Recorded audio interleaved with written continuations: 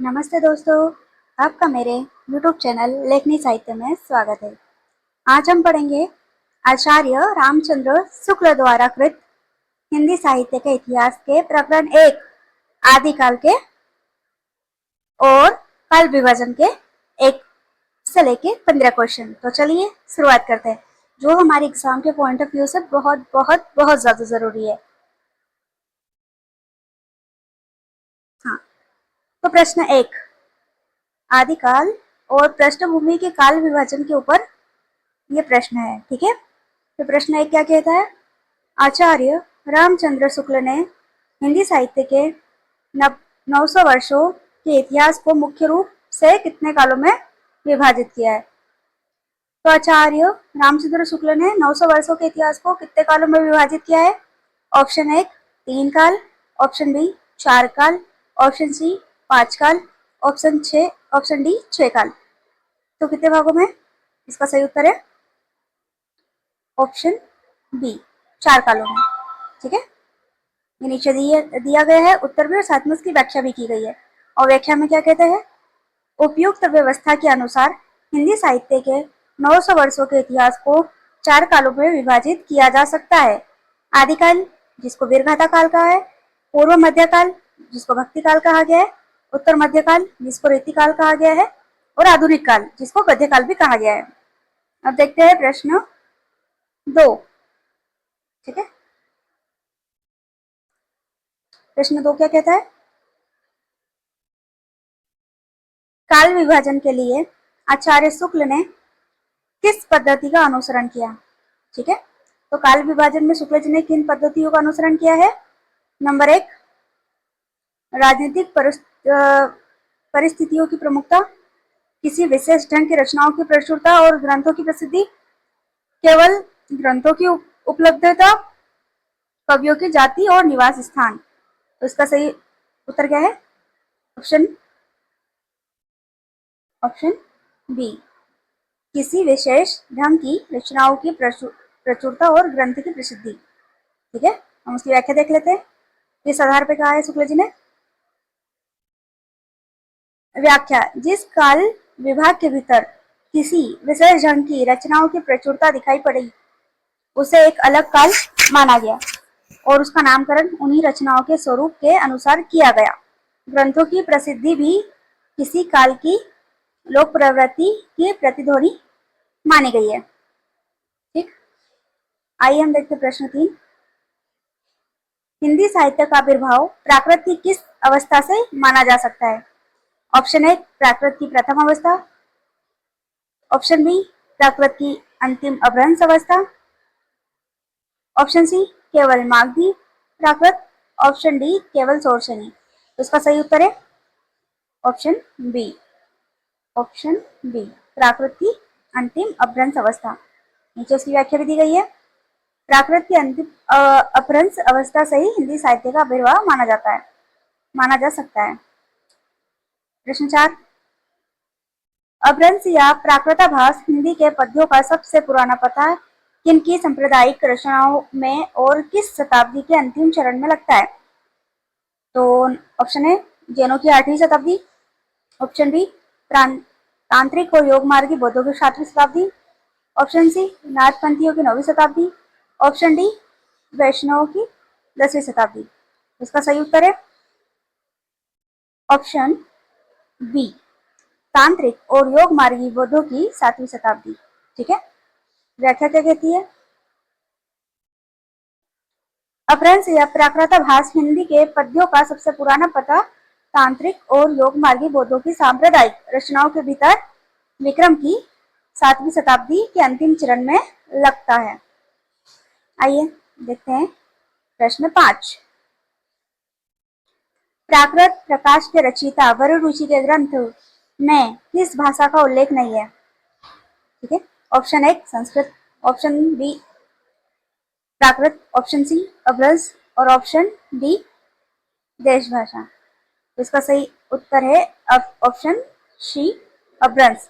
ठीक है, बाकी संस्कृत, प्राकृत और देश भाषा तीनों का उल्लेख है प्राकृत प्रकाश के रचयिता वररुचि के ग्रंथ में। ठीक है, भरत मुनि ने विक्रम की तीसरी शताब्दी में अपभ्रंश नाम न देकर लोक भाषा देश भाषा भी कहा है। तो ये भी बहुत जरूरी है, आप इसे भी देख लीजिए कि भरत मुनि ने विक्रम की तीसरी शताब्दी में अपभ्रंश को अपभ्रंश नाम न देकर मतलब अपभ्रंश कहकर देश भाषा भी कहा है। जो वरुषि के प्राकृत प्रकाश में भी अपभ्रंश का उल्लेख नहीं है। ठीक, ऑप्शन 6। प्रश्न 6 देखते हैं। सिद्धों की रचनाओं की भाषा को सामान्यतः क्या कहा जाता है, क्योंकि वे अपनी वाणियों के सांकेतिक दूसरे अर्थ भी बताया करते थे। ठीक, तो सिद्धों की रचनाओं की जो भाषा है उसका अर्थ क्या है, सांकेतिक अर्थ, और उसे क्या कहा जाता है। ठीक है, भाषा को, सिद्धों की भाषा को क्या कहा जाता है। ऑप्शन ए प्राकृत भाषा, ऑप्शन बी पिंगल भाषा, ऑप्शन सी संध्या भाषा, ऑप्शन डी मागधी भाषा। तो इसका सही उत्तर है ऑप्शन सी संध्या भाषा। तो संध्या भाषा क्यों कहा जाता है ये भी देख लेते हैं। रहस्यवादियों की सार्वभौम प्रवृत्ति के अनुसार सिद्ध लोग अपनी वाणियों के सांकेतिक दूसरे अर्थ भी बताया करते थे, इसीलिए वे अपनी वाणियों की भाषा को संध्या भाषा कहते थे। ठीक है, प्रश्न 7। सिद्धों में सबसे पुराने कौन माने जाते हैं और उनका समय डॉक्टर विनयतोष भट्टाचार्य ने क्या निश्चित किया है। सबसे पुराने कौन माने जाते हैं। लुइपा संवत 830, सरप्पा या सरोज वज्र संवत 690, विरूपा संवत 900 या कणप्पा संवत 900 के उपरांत। तो सबसे पुराने कौन माने जाते हैं। सरप्पा जिसे सरोज वज्र के नाम से भी जाना जाता है। ठीक, तो व्याख्या है, सिद्धों में सबसे पुराने सरप्पा या फिर सरोज वज्र है, जिनका काल विनय तोष भट्टाचार्य ने विक्रम संवत 690 निश्चित किया है। प्रश्न 8। देवसेन नामक जैन ग्रंथकार ने संवत 990 में किस पुस्तक की रचना दोहों में की थी, जिसकी भाषा अपभ्रंश का अधिक प्रचलित रूप लिए हुए है। एक नंबर ऑप्शन है श्रावकाचार, ऑप्शन बी दव्य सहाय प्यास, ऑप्शन सी जसहरचर्यु, ऑप्शन डी विजयमाल। तो इसका सही उत्तर है श्रावकाचार, देवसेन कृत सावकाचार, श्रावकाचार। तो व्याख्या देख लेते हैं। व्याख्या कहती है, संवत 990 में देवसेन नामक एक जैन ग्रंथकार हुए हैं, जिन्होंने श्रावकाचार नामक एक पुस्तक बनाई जो दोहों में है। ठीक, और उसकी भाषा क्या है, अपभ्रंश का अधिक प्रचलित रूप लिए। तो जो देवशंकर श्रावकाचार है वो अपभ्रंश में लिखी गई है। ठीक है, प्रश्न 9। नाथ संप्रदाय के प्रवर्तक गोरखनाथ की हठ योग साधना किस सिद्धांत को लेकर चली थी। तो हठ योग साधना किस सिद्धांत को लेकर चली थी गोरखनाथ की। ऑप्शन है बहु देवोपासना, ईश्वरवाद, ऑप्शन सी शून्यवादी, ऑप्शन डी मूर्ति पूजा। तो इसका सही उत्तर है ऑप्शन बी ईश्वरवाद। ठीक है, व्याख्या देखते हैं। गोरखनाथ की हठ योग साधना ईश्वरवाद को लेकर चली थी। ठीक है, प्रश्न 10। किनके कारण हिंदी काव्य भाषा के पुराने रूप का पता विक्रम की 7वीं शताब्दी के अंतिम चरण में लगता है। ऑप्शन है जैन कवियों, ऑप्शन बी सिद्धों, ऑप्शन सी नाथों, ऑप्शन डी भाटों। तो इसका सही उत्तर है ऑप्शन बी सिद्धों। ठीक है, और व्याख्या क्या कहती है, सिद्धों में सरप्पा सबसे पुराने अर्थात विक्रम संवत 690 के हैं, अतः हिंदी काव्य भाषा के पुराने रूप का पता हमें विक्रम की 7वीं शताब्दी के अंतिम चरण में लगता है। ठीक, प्रश्न 11। गोरखनाथ के अनुयायियों द्वारा रचित देश भाषा में लिखी गई सांप्रदायिक शिक्षा से युक्त पुस्तकें किस संवत के आसपास की रचना है। संवत 1050, संवत 1200, संवत 1400, संवत 1500। तो इसका सही उत्तर है संवत 1400। ठीक, व्याख्या क्या कहती है? देश भाषा में लिखी गोरख पंथ की पुस्तकें गद्य और पद्य दोनों में है और विक्रम की 14वीं 1400 के आसपास रचनाएं की गई है। ठीक है, ऑप्शन प्रश्न 12, आचार्य शुक्ल के मतानुसार निर्गुण संत संप्रदाय ने अपने मार्ग में सिद्धों और योगियों द्वारा बनाए हुए रास्ते पर चलते हुए किन तीन मतों को मिलाया? ठीक है, तो आचार्य शुक्ल के मतानुसार मतलब शुक्ल जी के अनुसार निर्गुण संत संप्रदाय ने अपने मार्ग में सिद्धों और योगियों द्वारा बनाए हुए रास्ते पर चलते हुए किन तीन मतों को मिलाया? ऑप्शन ए अद्वैतवाद, रहस्यवाद, अवतारवाद। ऑप्शन बी देवांत का ज्ञानवाद, सूफियों का प्रेमवाद तथा वैष्णवों का अहिंसा और प्रकृतिवाद। ऑप्शन सी बौद्ध धर्म, जैन धर्म और शैव धर्म।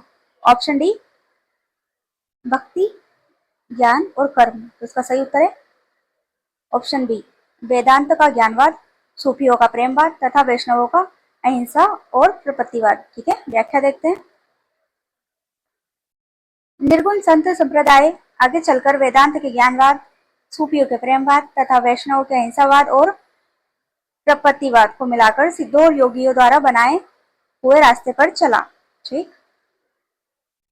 प्रश्न 13, सिद्धों के अनुसार शरीर यानी काया रूपी वृक्ष में पंच विडाल या 5 बिलाव कौन से है?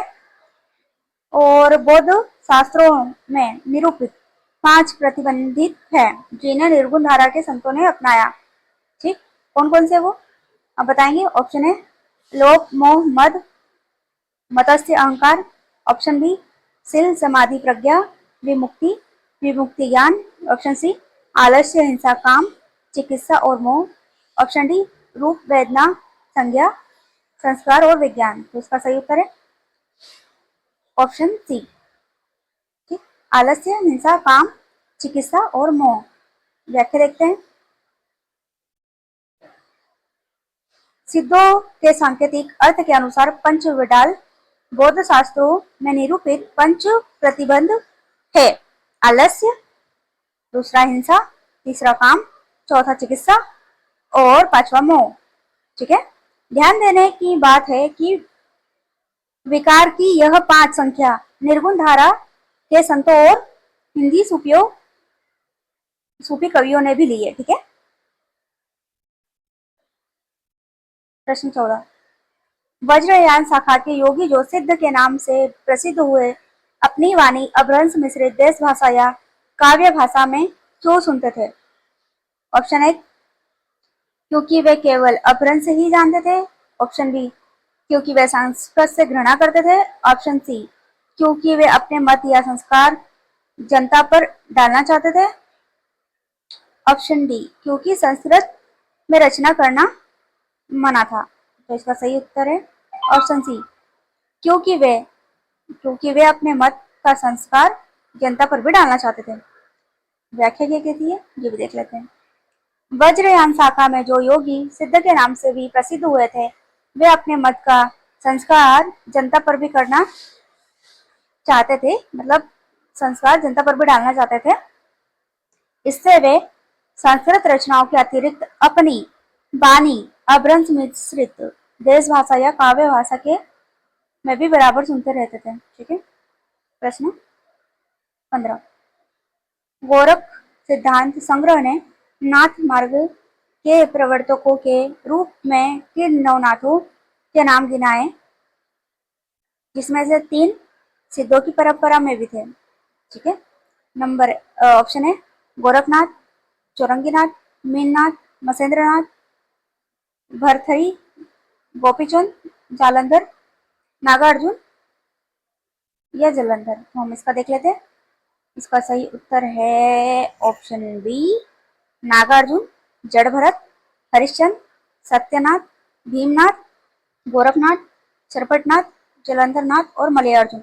तो ये शुक्ल जी के अनुसार है शुक्ल जी के हिंदी साहित्य के इतिहास से। तो ये शुक्ल जी के अनुसार ये उत्तर सही है बिल्कुल। हम इसकी व्याख्या देख लेते हैं। गौरक्ष सिद्धांत संग्रह में मार्ग परिवर्तों के नाम नागार्जुन, जड़ भरत, हरिश्चंद्र, सत्यनाथ, भीमनाथ, गोरखनाथ, सरपटनाथ, जलंधर, मलयार्जुन गिनाए हैं। ठीक है, तो इसी के साथ हमारे 15 क्वेश्चन जो आदिकाल पे थे, प्रकरण 1 आदिकाल, इस पर खत्म होते हैं। अगले वीडियो में हम देखेंगे भक्ति काल पर। ठीक है।